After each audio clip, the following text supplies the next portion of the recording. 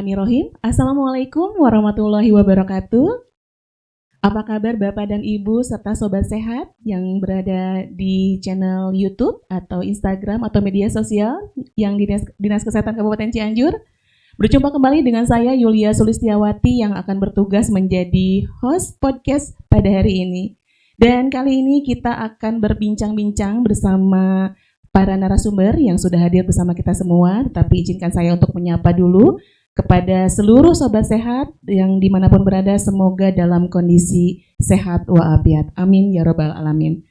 Pada hari ini Sobat Sehat, kita akan berbincang-bincang bersama narasumber kita ini. Kita akan bahas tuntas terkait dengan bagaimana sih kalau kita sering minum obat warung. Nah, itu apakah itu berbahaya? Nah, ya, pasti Sobat Sehat sangat penasaran ya dengan bincang pagi hari ini, dan mudah-mudahan Sobat Sehat yang berada dimanapun ikut terus menyaksikan podcast di channel YouTube Dinas Kesehatan Dinkeskab Cianjur, Dinas Kesehatan Kabupaten Cianjur ya, bersama saya.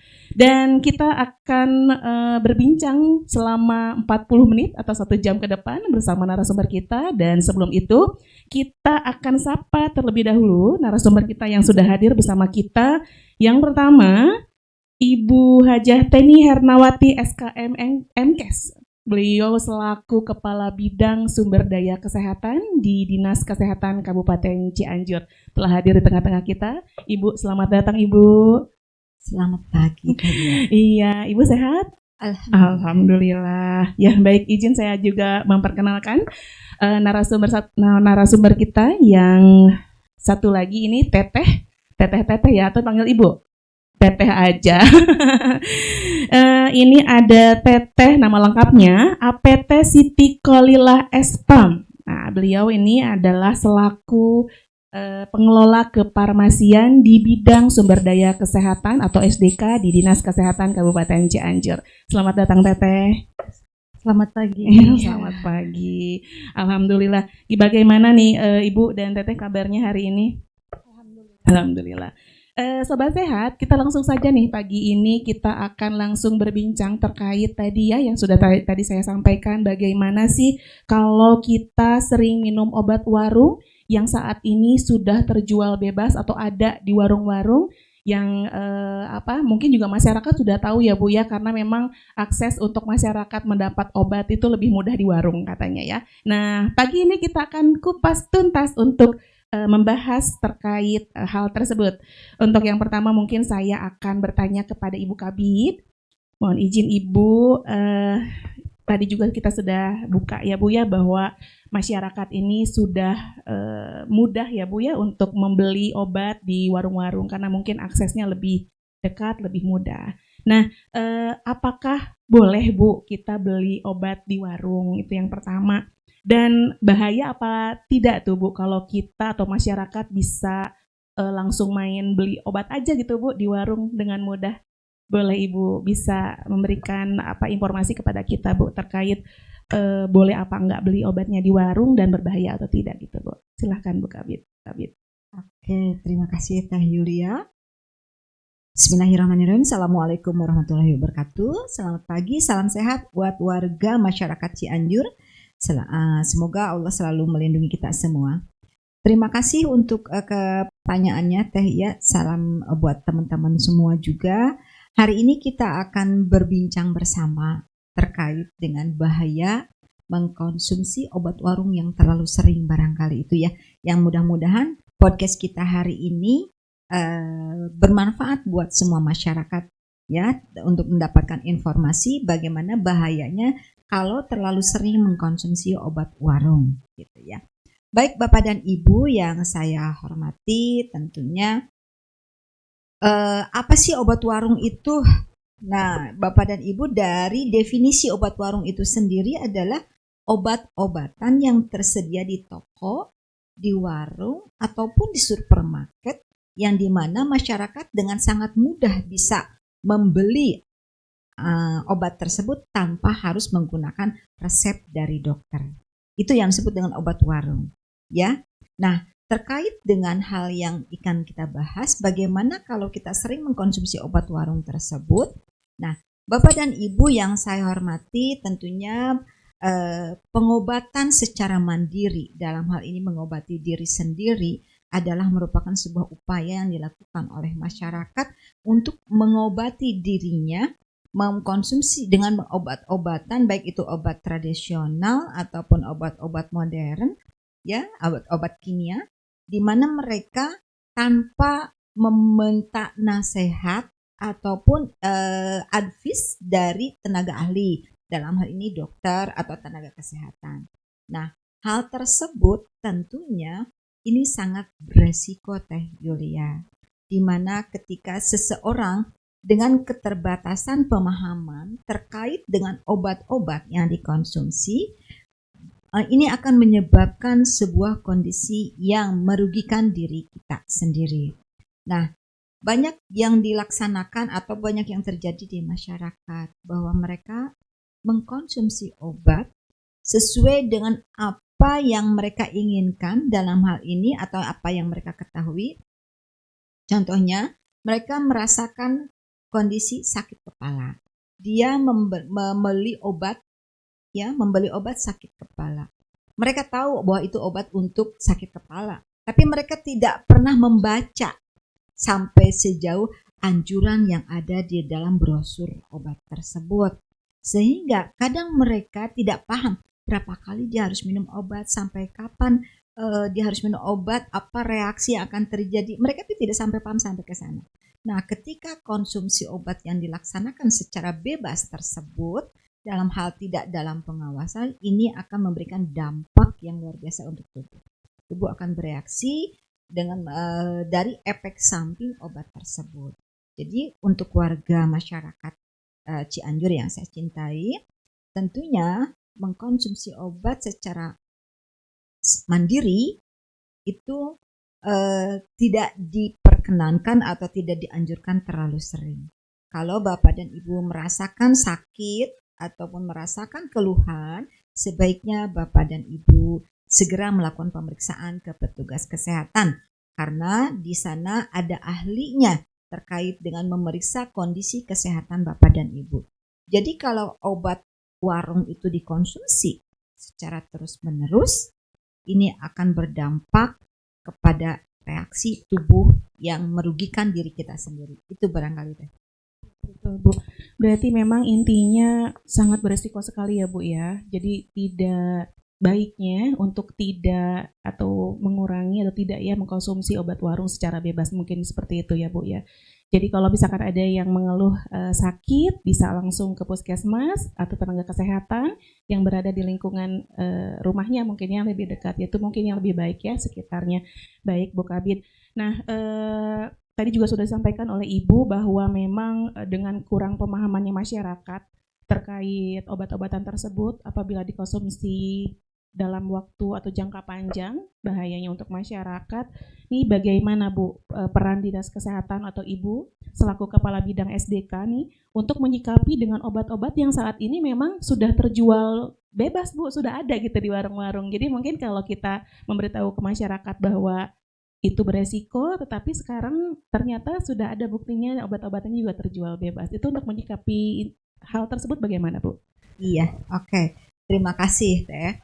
Bahwa Dinas Kesehatan memiliki tugas dan tanggung jawab dalam pengawasan dan pembinaan kefarmasian, termasuk ke apotek-apotek, toko-toko obat, dan warung-warung obat yang dijual bebas.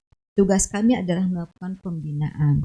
Kami selalu melaksanakan secara rutin membuat jadwal kunjungan ke apotek ataupun ke toko obat, juga termasuk ke warung-warung untuk menyisir apakah ada obat-obat yang dijual, yang tentunya obat-obat yang, oh iya saya sampaikan dulu Teh, ada batasan obat yang boleh dijual secara bebas, ada yang tidak boleh dijual secara bebas, ya, dalam artian dia harus dalam pengawasan. Jenis pengelompokannya itu ada obat bebas, ada obat keras, dan obat-obat terlarang gitu ya. Nah, kalau Bapak dan Ibu ingin tahu mana membedakannya, Bapak dan Ibu bisa melihat dari logo yang ada di dalam obat tersebut. Kalau dia obat logonya hijau, itu masih dikatakan obat bebas, artinya boleh dibeli tanpa resep dokter. Kalau obat yang berada pada logo yang biru itu adalah obat keras, berhati-hati. Obat bebas terbatas ya di bahasanya. Ya, karena di dalamnya mengandung obat keras juga ya dalam hal ini ya. Jadi obat bebas tapi terbatas, di mana obat tersebut tidak boleh sembarang dikonsumsi atau dijual ataupun dibeli oleh masyarakat. Nah, ada satu lagi obat yang berlogo merah, itu obat-obat narkotika, dan itu sangat tidak diperbolehkan dijual dengan bebas oleh toko obat, apotek atau ataupun apalagi warung lah istilahnya teh. Jadi mungkin barangkali peran kami di Dinas Kesehatan bagaimana kita melakukan pengawasan dan pembinaan untuk para penjual atau toko obat ataupun apotek termasuk warung obat, dan juga tentunya edukasi yang kita sampaikan kepada masyarakat melalui kayak seperti ini podcast, melalui selebaran yang kita sampaikan agar masyarakat paham. Nah, tentunya juga kami Dinas Kesehatan bersama teman-teman di Puskesmas yang membantu tugas kita di melakukan pengawasan dan pembinaan. Seperti itu. Iya, Bu. Berarti memang masyarakat harus, atau kita mungkin ya Bu ya, selaku tenaga kesehatan atau dari Dinas Kesehatan yang memang harus gencar-gencarnya untuk memberikan pengetahuan ya kepada masyarakat bahwa apalagi yang logo-logo ini ya Bu, logo di obat-obatan itu ternyata mungkin masyarakat harus lebih diinformasikan ya terkait bagaimana ternyata warna-warna logo yang ada di setiap kemasan atau obat itu ternyata mengandung artinya ya gitu. Saya juga jadi akhirnya mempelajari ya Bu ya, ada warna hijau, ada warna biru, dan ada warna merah ya. Mungkin Teteh bisa dilanjutkan nih terkait tadi sampai diskusi terkait logo nih Teh ya. Tadi juga sudah disampaikan oleh Ibu Kepala Bidang. Kalau misalkan bagaimana sih selain tadi Ibu kita melalui podcast atau selebaran, Teteh selaku pengelola dari kefarmasian terkait obat-obatan memang yang masyarakat itu harus tahu batasan-batasan obat mana yang memang harus dikonsumsi atau tidak gitu. Ya maksud dalam arti harus melalui resep dokter atau tidak. Boleh Teteh bantu untuk menginformasikan kembali kepada kita semuanya. Baik, terima kasih ya. Kalau untuk logo sendiri itu ada banyak macam-macamnya. Ada garis tepinya hitam terus hijau, itu obat bebas. Itu kita bisa beli obat sendiri kepada apotik atau toko obat secara langsung, boleh menanyakannya. Dengan keluhan kita seperti obat demam itu boleh langsung gitu tanpa perlu menggunakan resep dokter. Terus ada obat bebas terbatas, itu logonya berwarna biru. Itu seperti obat flu, batuk. Sebetulnya kita bisa langsung ke apotik untuk membeli tanpa menggunakan resep dokter. Asal kita menanyakan ke tenaga kefarmasian tersebut sesuai dengan anjurannya. Kan batuk ada batuk kering, ada batuk berdahak. Jadi kita tidak bisa sembarangan untuk membeli obat tersebut gitu. Meskipun bebas terbatas. Terus ada yang lambangnya merah K, ada tulisan K-nya. Itu tulisan K-nya itu berarti keras. Itu harus menggunakan resep dokter. Iya, harus menggunakan resep dokter seperti obat antibiotik, terus obat sakit lambung yang udah sakit lambung, terus kayak penyakit-penyakit penyerta seperti hipertensi, mau diabetes kayak gitu, itu harus emang dengan resep dokter. Terus ada lambang lambang panah kayak gini, itu tuh narkotika. Narkotika tuh jadi ada lambangnya tuh seperti itulah intinya ada tuh. Panah silang ya. Saya jadi nanti penasaran mau lihat. Iya gitu. Ya, itu narkotika itu apalagi itu harus lebih ke dokter spesialis jiwa, itu gak bisa langsung gitu. Gak bisa juga kita memberikan, kan kadang ada pasien datang ke apotik pengen obatnya, kita gak bisa, harus konsultasi dulu lah itu obat narkotika, dan harus pengawasan juga untuk penggunaannya, jangan sampai salah digunakan. Banyak yang salah digunakan obat-obat narkotika kayak gitu. Terus ada obat K juga, tapi itu psikotropika, termasuk psikotropika ke K juga kayak gitu. Itu juga sama, harus dengan resep dokter dan pengawasan dari dokter spesialis kejiwaan. Terus ada yang herbal ada 3, yaitu jamu, Itu jamu, terus ada fitofarmaka sama obat herbal standar. Iya. Ada juga ya, Ada- herbal juga ternyata ada logonya, tanda-tandanya juga iya, ya, ada logo-logonya juga. Oh, iya, itu kan kalau boleh saya tahu izin Bu Kabid, kalau misalkan obat-obatan tersebut itu kan yang berada di apotek ya. Iya. Apakah saat ini itu berada di warung-warung juga nggak? Kemungkinan juga nggak? Atau mungkin tadi yang sudah disampaikan oleh Ibu nggak boleh sembarangan, kita ada cek ke lapangan, ke mana, ke apotek atau ke toko-toko yang memang ada dimonef ya sama Ibu ya untuk menyikapi obat-obatan yang memang kapasitasnya boleh dijual bebas atau tidak. Nah, kalau yang di warung-warung nih Teh, Iya. ada nggak sih, pernah nggak sih Teh lihat Kalau ada di warung ada sebetulnya. Ada obat jamu-jamu Oh. yang bahaya itu, obat jamu yang kemasannya gak jelas. Kayak di pasar-pasar, lebih banyaknya di pasar malah. Oh, Jadi di gitu. pasar, Itu masih ada ya? itu banyak banget itu jamu-jamu yang kemasan obat kuat lah, obat untuk gemuk, kayak gitu. Itu lebih bahaya Lebih lagi. bahaya ya yang tadi sudah disampaikan oleh Ibu ya, Iya, ternyata beresiko sekali. Berarti Beresiko, pemahaman iya. untuk masyarakat ini kita harus gencar-gencar sekali ya Bu ya. Iya. Jadi tidak sembarang untuk mengkonsumsi obat-obatan yang berada di warung. Karena tadi juga sudah disampaikan bahwa di apotek pun itu juga ada logo-logonya yang memang seorang apoteker juga harus membatasi boleh dikasih atau tidak. Kalau misalkan boleh dikasih ada resep dokter atau tidak. Itu kan sangat perlu diperhatikan ya. Dan apalagi sekarang di warung gitu ya yang terjual bebas. Ya mudah-mudahan masyarakat sobat sehat yang ada di Cianjur khususnya ataupun dimanapun yang berada bisa lebih bijak untuk memahami atau memilah minum obat yang memang baik buat diri kita atau berbahaya buat diri kita atau keluarga atau tidak ya. Mudah-mudahan seperti itu ya Bu Kabid, harapan kita semuanya. Baik, izin untuk ke pertanyaan selanjutnya nih. Kita mungkin ada beberapa pertanyaan juga nih Bu.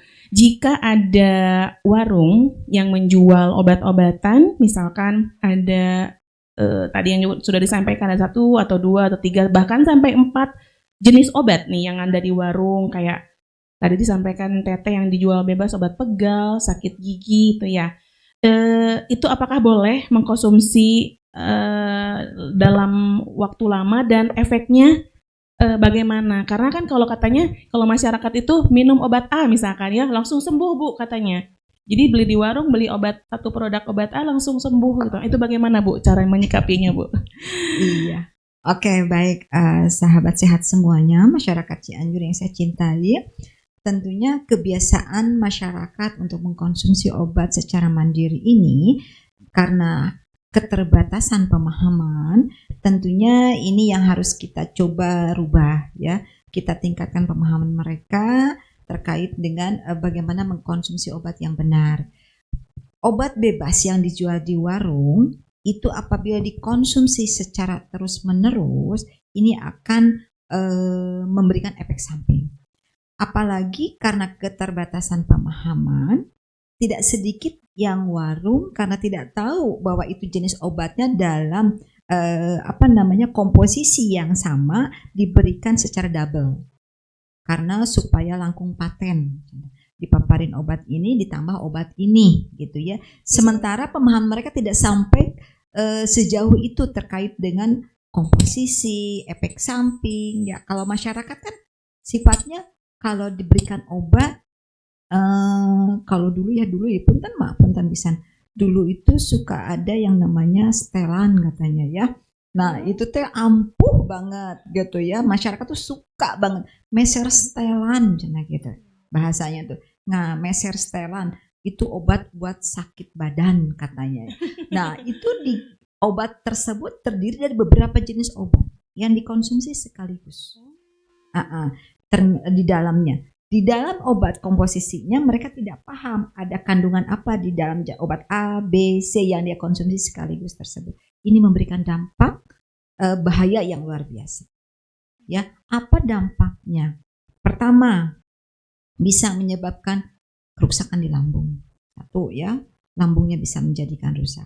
Atau juga bisa menyebabkan kondisi pada saat si pasien pasien dalam kondisi yang tidak sehat ataupun kondisi sakit mengkonsumsi obat yang tidak tahu dia apa jenis obat ataupun khasiat ataupun dosisnya, ini akan memperberat sakitnya. Contoh misalkan dia sakit kepala, flu ya, flu, pilek, demam gitu ya. Mesernya obat flu gitu ya, meser obat flu. Dia tidak tahu bahwa dirinya itu memiliki hipertensi. Nah, karena dia batuk pilek, meser obat flu, nah itu adalah kontraindikasi untuk orang yang mengalami hipertensi. Ini akan membahayakan terhadap nyawa si ibu itu sendiri atau pasien itu sendiri. Jadi makanya tidak dianjurkan untuk mengkonsumsi obat secara mandiri secara terus-menerus. Apabila Bapak dan Ibu mengkonsumsi obat bebas di warung, beli obat di warung, untuk pertolongan pertama boleh. Tapi masih terasa sakit dalam 3 hari, cepat periksa ke dokter atau ke tenaga kesehatan, gitu ya. Jangan mengobati diri sendiri, ya, karena keilmuan yang dipelajari untuk memahami terkait dengan efek samping, terkait dengan kontraindikasi adalah sebuah keilmuan yang luar biasa yang tentunya diperoleh dengan sekolahnya yang luar biasa. Jadi kalau masyarakat umum dalam hal hapunten, masyarakat umum yang tidak sampai pada pemahaman atau belajar tentang keilmuan kefarmasian, dia mengobati dengan sendirinya itu beresiko besar untuk dirinya sendiri yang akan berdampak terhadap kematian. Itu ya, dari efek dari obat yang dikonsumsi. Karena obat itu adalah racun Bapak dan Ibu ya. Baik itu obat kimia ataupun obat herbal. Kenapa obat herbal bisa dikatakan racun? Takaran obat itu kadang-kadang tidak disesuaikan dengan kebutuhan, dengan dosisnya. Di obat, kalau obat tradisional ataupun apa sih namanya, jamu-jamu ya, jamu-jamu itu apalagi diracik dengan ditambah obat kimia, tidak sedikit loh teh. Obat jamu-jamu diracik ditambah obat kimia, itu dikonsumsi top chair katanya nggo jamu itu, padahal di dalamnya itu sangat beresiko. Lambung akan menjadi terserang, lalu ginjal juga akan kena, yang ujung-ujungnya ketika kita sering mengkonsumsi obat-obatan tersebut tanpa ada pemeriksaan, ini akan berbahaya terkait dengan fungsi ginjalnya itu sendiri. Makanya banyak sekali sekarang yang memang masih muda sudah harus cuci darah, ginjalnya rusak ya, karena pola hidupnya yang tidak sehat. Tadi mengkonsumsi obat dengan sembarangan juga itu salah satu perilaku yang tidak baik, seperti itu teh. Iya Bu. Iya, karena mungkin gini Bu, saya mewakili masyarakat nih yang bertanya nih Bu. Betul, kalau misalkan kita punya pemikiran bahwa ternyata kalau kita minum obat, kata Ibu racun, tapi masyarakat akhirnya milih obat yang lain dengan cara memilih obat-obatan herbal. Tapi ternyata obat herbal juga kalau tidak sesuai dosis atau tidak sesuai dengan apa ya komposisi atau itunya ternyata bahaya juga ya Bu. Sangat berbahaya, sangat berbahaya teh. Iya, ternyata berbahaya. Jadi tidak boleh berpikir bahwa obat-obat jamu-jamu atau obat tradisional itu aman. Iya, itu tidak boleh berpikir seperti itu, karena takaran ataupun dosisnya yang tidak terukur itu membahayakan untuk tubuh kita, terutama ginjal kita. Iya, karena kan kalau yang ibu-ibu yang dulu gitu, zaman dulu tuh bilang kayak gini, jangan minum obat katanya gitu ya, coba minum aja jamu ini katanya buat kesehatan, jangan minum obat-obat terus racun. Nah seperti itu ternyata ya Bu ya, bahaya sekali. Mudah-mudahan Sobat Sehat bisa nyimak lebih bijak lagi nih keterkaitan podcast kita pada hari ini, bahwa ternyata kalau membahas kalau jamu itu ternyata baik-baik saja, aman, tapi ternyata kalau dikonsumsi dalam dosis lama atau tidak sesuai dengan komposisi dan secara berlebihan ternyata juga bahaya buat tubuh kita ya. Itu harap diwaspadai ternyata ya Sobat Sehat. Dan barangkali Teh Kalila ada tambahan dari pertanyaan yang tadi? Tambahannya ya, kalau sebenarnya ya, kalau untuk pengobatan mandiri itu boleh gitu ya. Kita membeli obat sendiri boleh, tapi sesuai dengan penyakitnya. Harus dikonsultasikan juga ke, bagusnya mah ya lebih baik ke apotik atau ke toko obat, karena ada tenaga kefarmasiannya yang lebih paham gitu. Kalau obat warung kan masyarakat umum yang menjualnya. Yang menjualnya tidak tahu kondisi obat itu seperti apa. Dengan kondisi Gitu. yang sakitnya juga ya. Bukan kondisi sakitnya juga, kondisi obatnya tersebut. Takutnya rusak obatnya gitu, ada perubahan warna, rasa, bau gitu. Betul. Iya, atau obatnya udah expired date, takutnya lebih bahaya lagi ya kalau untuk kayak gitu tuh. Iya. Jadi lebih baik ya kita membeli obat itu ke apotik atau toko obat gitu. Kalau masih sebisa mungkin baru sakit kepala aja atau baru sakit gigi gitu ya, itu silahkan gitu membeli langsung secara ke apotik. Betul. Mungkin kalau di warung saya sakit kepala udah langsung dikasih obat. Tapi mungkin kalau kita belinya ke apotik, saya sakit kepala, ditanya dulu mungkin ya Bu, tadi kata Bu Kabir, punya penyakit penyerta apa gitu ya, sakit hipertensi atau tidak. Mungkin itu jadi bahan pertimbangan oleh apoteker, obat mana yang memang baik atau aman diberikan kepada pasien tersebut gitu ya. Aturan pakainya kita dikasih tahu juga sampai seberapa lama kita menggunakan obat itu agar tetap aman gitu. Iya betul. Termasuk juga mungkin antibiotik ya. Antibiotik kan masyarakat itu ya Bu.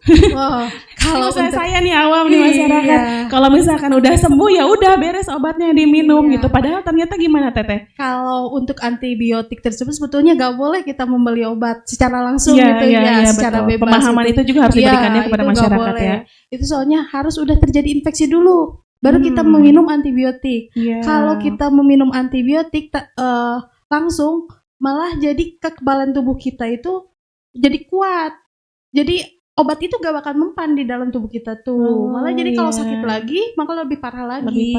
Iya, jadi emang harus konsultasi ke dokter. Lebih baik seperti itu. Yang sudah terjadi ada infeksi baru kita menggunakan antibiotik dan harus dihabiskan, catatannya seperti itu. Iya, betul Teteh. Dan Bu Kabir nih, Teteh izin kalau saya lihat di kampung-kampung itu kalau sudah pernah berobat ke dokter terus dikasih obat oleh dokter ya, diresepkan kemudian ke apotik dan si cangkangnya obatnya itu tidak dibuang Bu, tidak dibuang. Nah suatu ketika dengan sakit yang sama pasien bapak ibu itu masyarakat itu tidak lagi datang ke dokter tapi membeli dengan obat yang itu dengan cangkangnya dibawa gitu ke apotik gitu. Nah itu bagaimana ya, maksudnya dari apotek gitu ya, apotek kalau misalkan apakah dia bisa dikasih lagi atau harus suruh kembali dulu ke dokter atau gimana, padahal si obat itu bisa dijual bebas gitu oleh pihak apotek gitu. Teteh barangkali bisa. Kalau masyarakat sendiri emang masih ada sampai sekarang ya. Saya kalau ke apotik kayak gitu, Teh mau beli obat ini, yang ini gitu ya. Dilihatin cangkangnya kayak gitu. Terus kata saya, Teh, Ibu sakit apa? Oh iya, saya udah sama dokter dikasih obat itu, katanya tuh gitu. Oh iya, saya dilihat dulu kandungan obatnya dulu sebelumnya gitu, sebelum dikasihkan. Kalau tidak masih aman obatnya, kita kasih tetap obatnya gitu. Tapi kalau mengandung obat-obat keras kayak gitu ya, seperti obat kortikosteroid itu kan jangan jangka panjang kayak gitu, takutnya moon phase atau jadi dia tuh gembil tapi gak bagus untuk kesehatannya, untuk keginjalannya jangka panjang. Obat-obatan seperti kayak itu gitu ada. Jadi memang kita jadi diseleksi dulu sih lebih kayak gitu. Terus kita kasih tahu juga pemahaman, Bu, ini jangan jangka panjang gitu. Ibu mangga memboleh minum obat ini, tapi jangan yang ini gak boleh, kalau antibiotik ini gak boleh, obat ini gak boleh gitu. Jadi memang ada edukasi juga ada ya, edukasinya di apotik, juga ya. Kalau di apotik. Ya, mudah-mudahan masyarakat Cianjur khususnya Sobat Sehat bisa lebih memahami atau mematuhi aturan-aturan untuk meminum obat yang aman, sehingga memang untuk beli obat atau dengan kondisi sakit membeli obatnya ke apotik, kalau tidak ke tenaga kesehatan ke apotik, sehingga bisa ada informasi atau edukasi yang diberikan kepada kita, jadi tidak sembarang untuk minum obat ya, seperti itu Sobat Sehat. Ya baik Ibu, izin lanjut lagi ya nih mumpung masih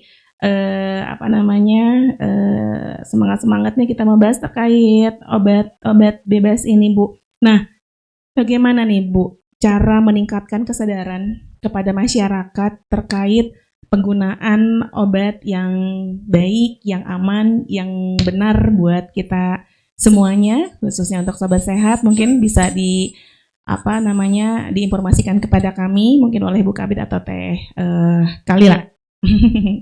sedikit ya. Nanti saya sedikit menambahkan saja, Bapak dan Ibu warga masyarakat Cianjur yang saya cintai.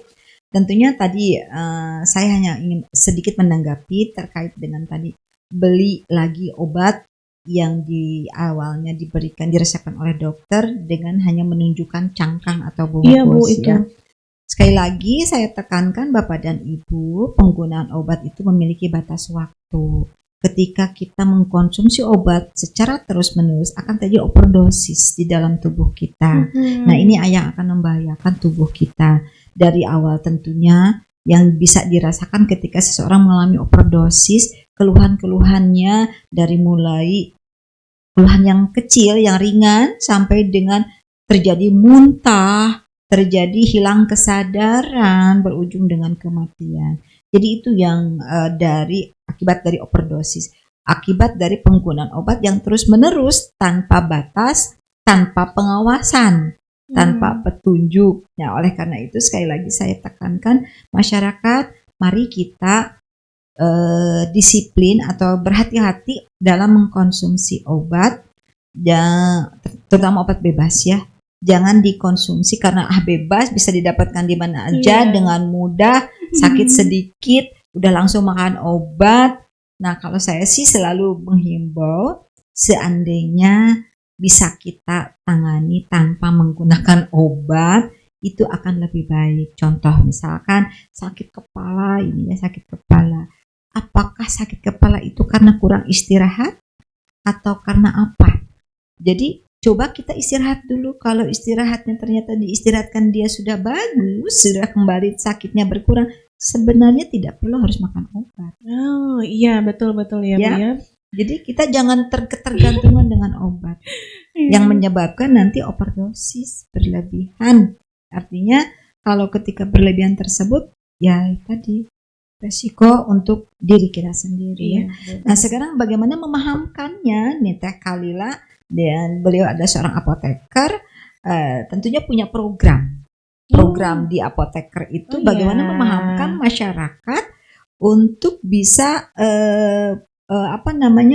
mengerti tentang memanfaatkan obat-obat atau mengkonsumsi obat tersebut, dari mulai mendapatkannya seperti apa, menggunakannya kayak mana, menyimpannya seperti apa. Itu program yang dirilis atau dilakukan oleh teman-teman apoteker. Itu seluruh apoteker atau memang dinas kesehatan khususnya untuk kefarmasian dinas kesehatan nih program ini, Bu? Atau memang seluruh? Seluruh apoteker tahu ya. itu. Seluruh. Karena mereka dibekali dari waktu mereka sekolah, dibekali ini ada program gini-gini, bagaimana cara memahamkan mereka masyarakat terkait dengan penggunaan obat ini. Nanti boleh ya Teteh, biar masyarakat dan sobat sehatnya juga bisa tahu nih apa sih program apa yang memang diberikan atau diinformasikan kepada seorang apoteker, dan mudah-mudahan itu juga informasi untuk meningkatkan kesadaran kepada masyarakat gitu, kepada kita semuanya. Izin Teteh boleh diinformasikan kepada kita semuanya. Program Ikatan Apoteker Indonesia, yaitu emang kita sudah sering itu ke masyarakat harus tahu, diulang-ulang terus malahan. Ya apa tuh Teh? Apa tuh? Dagu Sibu. Dagu Sibu. Boleh ya. Dagu Sibu. Boleh. Singkatannya.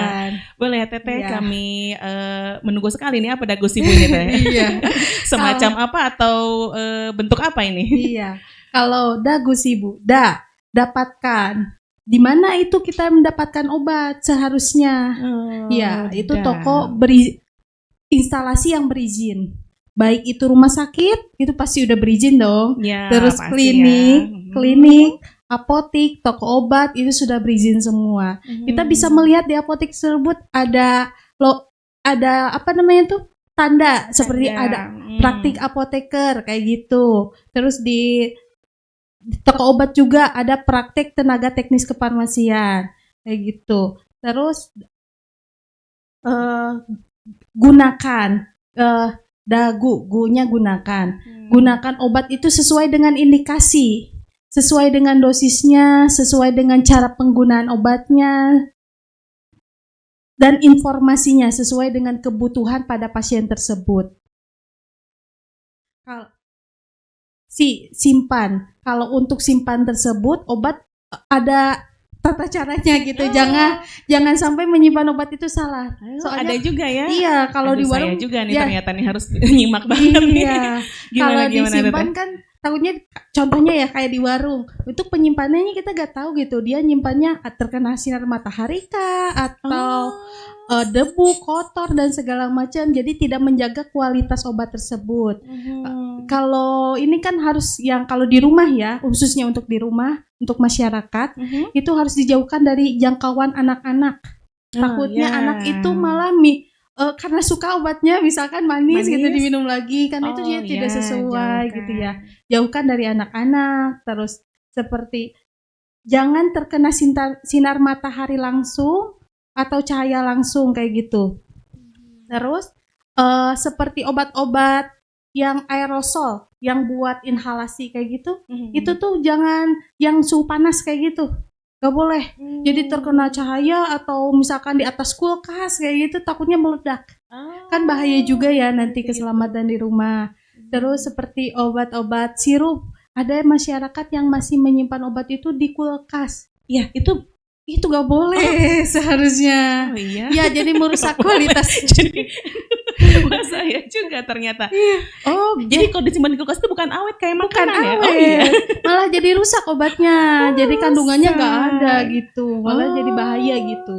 Iya.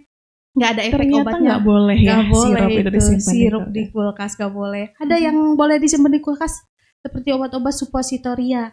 Apa tuh? Obat yang dimasukkan ke dalam anus. Iya gitu. Khusus yang betul. Suhu sejuk gitu. Kan sekarang cuaca panas terus ya udah di kulkas aja gitu. Tapi jangan di freezer ya, tetap di kulkas betul. Gitu. Dagusi terakhir ya Bu. Dagusi Bu berarti bunya. Nah bunya apa nih Teh? Itu dan buang. Buang itu ada buang aturannya. Juga harus ada aturannya. Kalau untuk buang obat itu tidak boleh sembarang nih. Gak boleh sembarangan. Udah ede, ya udah dibuang aja gitu langsung ke tong sampah itu gak boleh. Ede itu apa? Expired date. Nanti sobat sehatnya nggak tahu Teh. Expired date. Jadi obatnya udah rusak kayak gitu, ada perubahan warna gitu dari obat. Kalau sirup udah digunain ada perubahan warna itu gak boleh diminum ya udah dibuang cara buangnya ya. Kalau untuk tablet itu dilepas, dihancurkan tablet sama kapsul itu dilepas semuanya, dihancurkan dulu.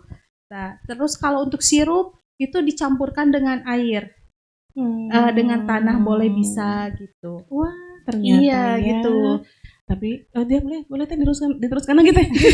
Di masyarakat ya, tapi sobat sehatnya tambah penasaran ya. Buangnya ternyata juga nggak boleh sembarangan. Iya, nggak boleh sembarangan gitu untuk membuangnya. Terus atau kalau emang daripada masyarakat ribet gitu untuk membuangnya, takut salah kayak gitu, boleh itu intinya nitip menghancurkannya ke apotik.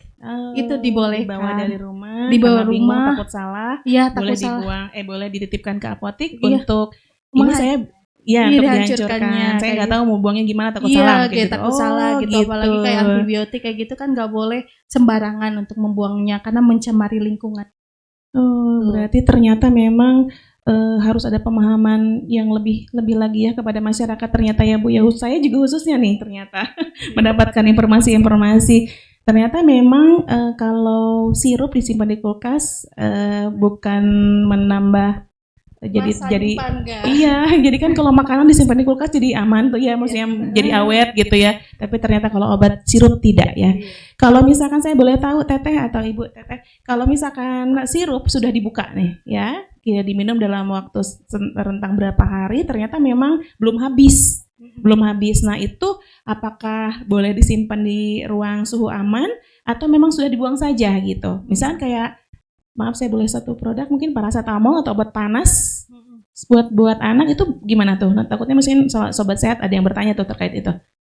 Jadi kalau udah dibuka nih, ternyata 2 hari 3 hari sembuh tuh. Nah obatnya masih ada.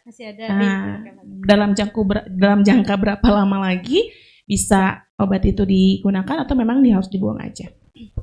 Kalau untuk obat sirup ya, khususnya itu tuh macam-macam sebenarnya, ada obat tablet juga, obat kapsul kayak gitu, masa simpannya atau krim kayak gitu. Itu ada masa simpannya masing-masing gitu.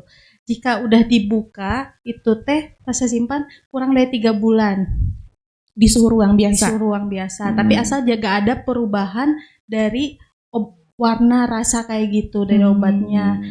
Khususnya itu antibiotik. Kalau antibiotik yang sirup itu masa simpannya selama seminggu Udah kayak nggak gitu. boleh ya? Iya, itu emang harus dihabiskan juga gitu. Kalau ada sisa ya lebih baik dibuang atau dibuangnya ya tetap ke apotek kayak gitu Iya, ya karena iya, antibiotik betul. kayak gitu.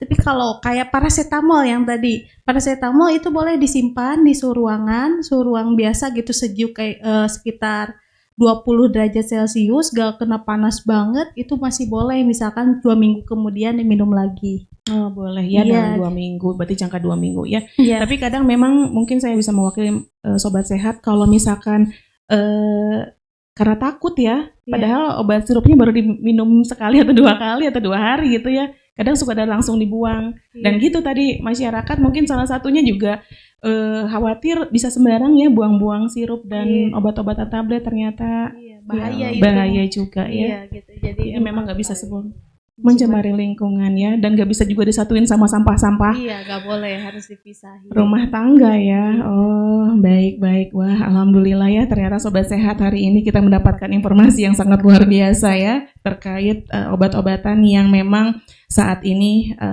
terjual bebas di warung-warung. Dan ternyata juga buat kita semua harus lebih bijak dan lebih bisa memahami bagaimana cara mengkonsumsi atau membeli obat-obat tersebut. Seperti itu mungkin ya Bu Kabid Teteh. Dan mungkin podcast kali ini kita sudah cukup ya. Dan mungkin di akhir podcast ini Ibu Kabid selaku mewakili dari pemerintahan bisa memberikan closing statement kepada masyarakat bagaimana atau himbauan kepada masyarakat terkait obat-obatan atau memang bahaya-bahayanya, bagaimana masyarakat bisa memahami lagi, dan intinya informasi penting lah untuk masyarakat terkait konsumsi atau obat-obatan yang memang terjual di warung-warung saat ini. Dan juga mungkin nanti buat Teteh ya, dipersilakan dulu untuk Ibu, mungkin Bu sebagai closing statement. Baik, untuk closing statement barangkali ingin saya sampaikan kepada masyarakat bahwa saya ingin garis bawahi obat adalah racun. Itu yang harus digaris bawahi ya. Karena penggunaan obat yang tidak sesuai dengan dosis ataupun tidak sesuai dengan anjuran ini sangat beresiko untuk mengancam kesehatan atau nyawa kita. Itu. Lalu yang berikutnya adalah yang ingin saya ulas ulang tadi, bagaimana kita memahamkan mereka, masyarakat harus paham tentang tadi dagu sibu ya. Bagaimana mendapatkan obat yang baik dan benar adalah belilah atau carilah obat di tempat yang berizin, yaitu apotek ataupun toko obat di mana ataupun rumah sakit, puskesmas, klinik ya, di mana di dalamnya ada tenaga yang ahli yang bertanggung jawab dalam kefarmasian. Lalu tadi gunakan sesuai dengan anjuran. Anjuran dalam artian di sini sesuai dengan advice atau nasihat yang diberikan oleh tenaga yang profesional, baik itu tenaga kesehatan, dokter ataupun apoteker ya. Simpan tadi penyimpanannya, jangan lupa ya, diingatkan kembali. Saya ingin menggarisbawahi cara penyimpanan ini mungkin masih belum teman-teman masyarakat masih juga yang betul. Tidak paham cara menyimpan obat tablet harus di mana, sirup harus di mana ya. Intinya yang jelas tadi obat-obatan tablet kapsul tidak boleh langsung terkena sinar matahari, disimpan di suhu ruangan. Untuk yang sirup pun demikian, tidak benar kalau nyimpan sirup di kulkas, bukan karena itu bukan makanan yang perlu diawetkan ya. Lalu terus berikutnya juga ada yang bisa di kulkas adalah suppositoria tadi ya. Pokoknya simpannya di tempat yang benar ya. Terus apa tadi, dagu buang tadi ya, jangan lupa ya, buangnya tadi udah disampaikan, buanglah sesuai dengan aturannya. Ya, Itu saja barangkali dari saya. Semoga masyarakat warga Kabupaten Cianjur yang saya cintai dan saya banggakan paham tentang bagaimana menggunakan obat yang baik dan benar. Tetap menjaga kesehatan, selalu lakukan pola hidup bersih dan sehat agar kesehatan kita tetap terjamin. Terima kasih. Aduh, terima kasih banyak Ibu Kabid. Izin sebelum ditutup satu kali lagi Teteh di closing statement dari sisi kefarmasiannya ya, Teteh sebagai apoteker mungkin ada pesan kepada masyarakat. Kalau untuk obat sendiri ya, tanya obat ya tanya apoteker. Iya. Informasi terkait tersebut semuanya akan diberikan kalau konsultasi langsung dengan apoteker kayak gitu. Itu saja Teteh. Ada lagi? Itu singkat padat. Gimana? Jadi ada obat tanya apoteker. Gitu. Apapun masalahnya kita jawab nanti. Aduh, Teteh nih salah satunya ya apotekernya. Siap. Kalau dinas kesehatan ya ada ya banyak, jadi saya juga nggak usah jauh-jauh. Tapi masyarakat nanti jangan lupa tadi kata apoteker kita ini ada obat tanya apoteker. Aduh, alhamdulillahirabbil alamin Bu Kabid, Teh Kalila sebagai apoteker dari kefarmasian, pengelolaan kefarmasian di bidang SDK. Terima kasih sudah berbagi informasi kepada kami semuanya, kepada Sobat Sehat yang alhamdulillah hari ini mendapat informasi yang sangat luar biasa Ibu. Dan mudah-mudahan Sobat Sehat juga bisa mendapat informasi yang bermanfaat untuk kita semuanya dan diterima oleh seluruh masyarakat khususnya yang Cianjur dan Sobat Sehat yang menyimak podcast kita pada hari ini ya. Bu Kabid terima kasih banyak, Teteh terima kasih. Nanti jangan bosan-bosan, kita akan kembali bergabung lagi dengan podcast kita dengan tema-tema yang lain. Dan terima kasih sekali lagi Ibu dan Teh Kalila dan Sobat Sehat. Alhamdulillah hari ini podcast kita sudah berjalan dengan lancar dan kami juga tidak luput dari kesalahan dari podcast hari ini. Kami juga memohon maaf apabila ada hal-hal yang kurang berkenan. Kami juga mengucapkan terima kasih nih kepada panitia podcast dan tim Digikes Dinas Kesehatan Kabupaten Cianjur. Kami mengucapkan terima kasih atas perhatiannya. Simak terus dan ikuti atau subscribe dan channel YouTube Dinkes Kab Cianjur ya. Sobat Sehat jangan lupa jangan kemana-mana, nanti kita akan bertemu di podcast sesi atau segmen selanjutnya. Terima kasih atas perhatiannya. Wassalamualaikum warahmatullahi wabarakatuh.